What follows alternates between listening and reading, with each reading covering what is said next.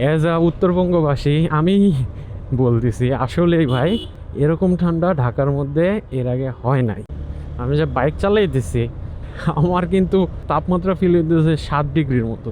So ঢাকায় যারা আছেন তারা যদি ঠান্ডার একটু ফিল নিতে চান, এই বদ্দা কি অবস্থা, ভেরি ভেরি লং টাইম পরে আবার আমরা চলে আসছি।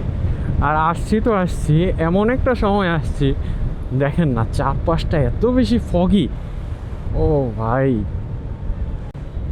এখন আমি আছি ঢাকায়, বাট ফিল নিতেছি পুরা উত্তরবঙ্গের। ফোনের মধ্যে দেখাইতেছে তাপমাত্রা হচ্ছে 10 degree, but feels like 8 and 9। তাইলে বুঝতেই পারতেছেন কি টাইপের কি হইতেছে। সামনে একটা চেকপোস্ট আছে মেবি পুলিশের, চেকপোস্টে আগে পার হই, হোপসো তারা আমাকে ধরবে না। আর ধরলে তো কিছু করার নাই। ইয়েস, তারা আমাকে ধরে নাই। সূর্যি মামা যদি দেখেন ওই পাশ থেকে হালকা করে উকি মারতেছে, বাট তার উকিটা আসলে বোঝাই যায় না, এত স্লোলি উকি মারতেছে, মানে তার ক্ষমতা এখন এতই কমে গেছে। এখন তো ফগটা অনেক কমে গেছে, জাস্ট আধা ঘন্টা আগে এত পরিমাণে ফগ ছিল কি বলবো। আমার পুরাই মনে হচ্ছিল যে আমি উত্তরবঙ্গে চলে আসছি। বিগত কয়েক বছরে আমি মূলত এরকম ঠান্ডা কখনো পাই নাই। অ্যাজ আ উত্তরবঙ্গবাসী আমি বলতেছি আসলেই ভাই এরকম ঠান্ডা ঢাকার মধ্যে এর আগে হয় নাই।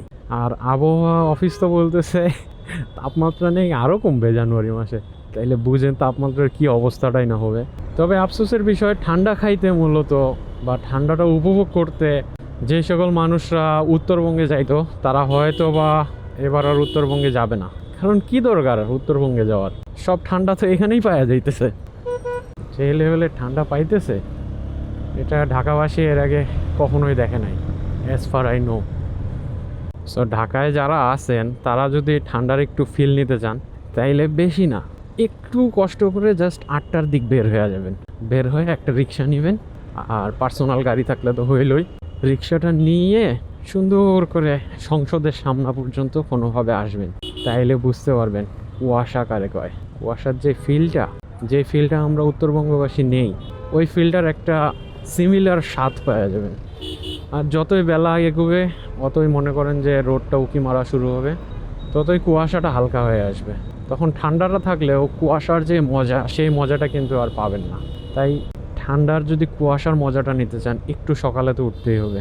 যদিও বা আমি নিজেই এত সকালে উঠতে পারি নাই, তারপরও আপনাদেরকে বলবো যদি আপনারা চান কুয়াশার মজাটা একটু নিব, তাহলে একটু কষ্ট করাই লাগবে। চলেন আমরা জিয়া উদ্যানের সামনে দিয়ে যাই, তাইলে হয়তো বা আরেকটু ঠান্ডার ফিলটা পাওয়া যাবে।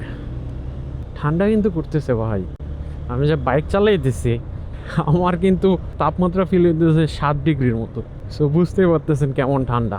কিন্তু কুয়াশার যে একটা প্রভাব ছিল সেটা অনেকটাই কেটে গেছে। আমি সকালে উঠে সকালের একটা ছোট্ট ফুটেজ দেখাচ্ছি, জাস্ট ফুটেজটাতে দেখেন। আমি 4তলায় থাকি, 4তলা থেকে নিচতলার যে মাটিটা আছে এটা পর্যন্ত দেখা যাইতেছে না, এত পরিমাণ কুয়াশা ছিল সকালের দিকে। আর এখন মোটামুটি একটু বেলাটা বাড়ছে, যার কারণে কুয়াশাটা কমে গেছে। এপাশ দিয়ে তো সবাই যাইতেছে, আমি যেতে পারবো না। যাই হালকা পাতলা একটু চেষ্টা কইরা দেখি, যদি যাইতে পারলাম তো ভালো, আর না পারলে কি গেল, যাওয়া যাবে, আরেকটা রিস্ক নেওয়া যায়। তো মূলত আজকে আমার এটাই টার্গেট ছিল যে আপনাদেরকে একটু কুয়াশার ফিলটা দিব, যদিও বা দিতে পারলাম না। চেষ্টা করব নেক্সট কোনো ভিডিওতে একদম কড়া র ফিলটা দেওয়ার। ওকে, তো আজকে এই পর্যন্তই, আবার দেখা হবে নতুন কোনো ঘটনা নিয়ে। আর আপনারা তো জানেনই এরকম ঘটনা ঘটতেই থাকবে আর আমি ভিডিও করতেই থাকবো। সে পর্যন্ত টাটা।